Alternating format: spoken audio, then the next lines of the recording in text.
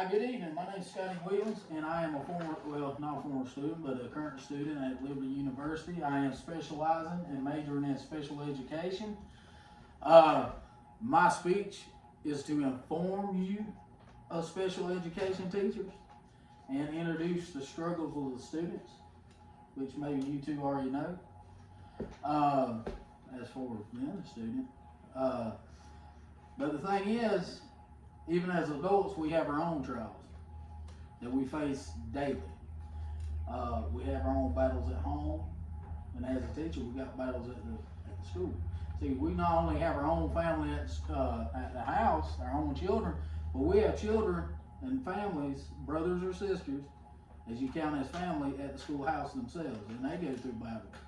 So the main thing to overcome our giants or obstacles is unity. Unity at the home and unity at the school. And where there ain't no unity, there ain't no victory. All right. Moving from there, we got as a responsibility of a special education teacher, we got to pinpoint the weaknesses and the trials and giants themselves, and help the student overcome them in the classroom and on the outside of the classroom.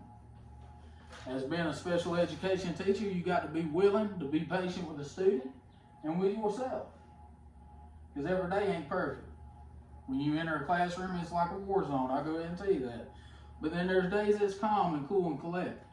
And I'm just being real. I just want to inform y'all that it's not easy being a special education teacher. You got to be willing and endure battles day in, day out, if necessary. Second thing is, the student has been as far, I hate the word handicap because they're not handicapped. I don't like that word. But as far as being in a struggle with a giant such as ADHD, ADD, ODD, autism, etc., sometimes they have low self-confidence. Sometimes they got low self-esteem, which is the same thing. Sometimes they face depression, oppression, inside schoolhouse and outside schoolhouse. You might have students coming in and out from their home that could be verbally abusive, that could be mentally abusive, physically abusive. You might have a child that has emotional disorder, that probably had lost a family member or even a pet that they was close to. It's very, very critical to these students what they go through on a daily basis. Therefore, you need to have grace and structure in their life. And it's a balance of the mixture.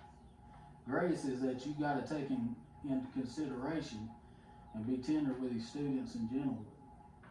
Because if not, you can really kill their spirit. Not kill their spirit, but crush their spirit. And it means like they give up on life.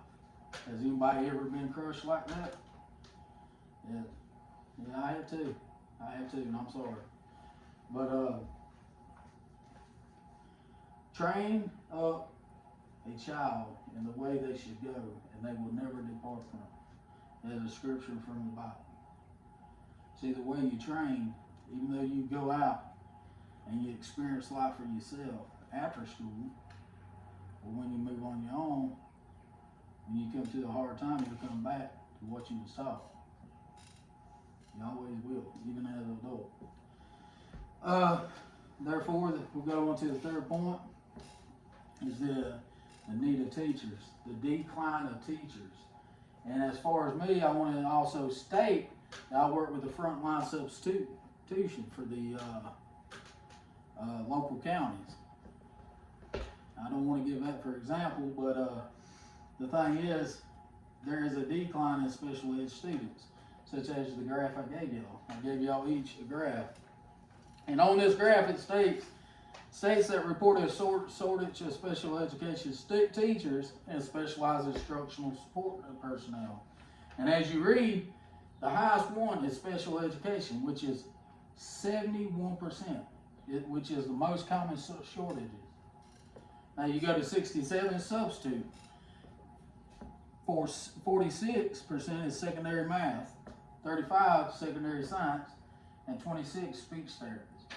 We not only need substitutes, this ain't the whole point about it, but it shows you that special education is the highest form that teachers are struggling. Meaning if substitute has to go in, the main teachers are out. Meaning people that has been trained to do this and specialize in this is not there. So people such as myself, even though I'm attending Liberty University for special education, does not mean that I know the whole field. So I am going into a war zone that I really ain't been trained fully for, and learning things on my own as I go. But the thing is, problem is, the teachers have to be trained in the right way and successfully to fill this field. Not for the needs of themselves, but the needs of the students, such as students with ADHD, ADD, ODD, emotional disorders, and etc. Autism. There's different disorders. Every child's different, and they're not the same. And the only way you can make it through it is through grace. The only way a child can be trained is through grace. And I ask, will you be that one person that will fill the shoes of the teachers that need to be in special education? Is that your calling in your life? Are you inspired to help others, not just yourself, but others? Not only with your battles, but help them overcome and be successful in life. And that's what we'll present to you and all of you about special education teachers. And keep the teachers and the students in your prayers. And that's all I have to say.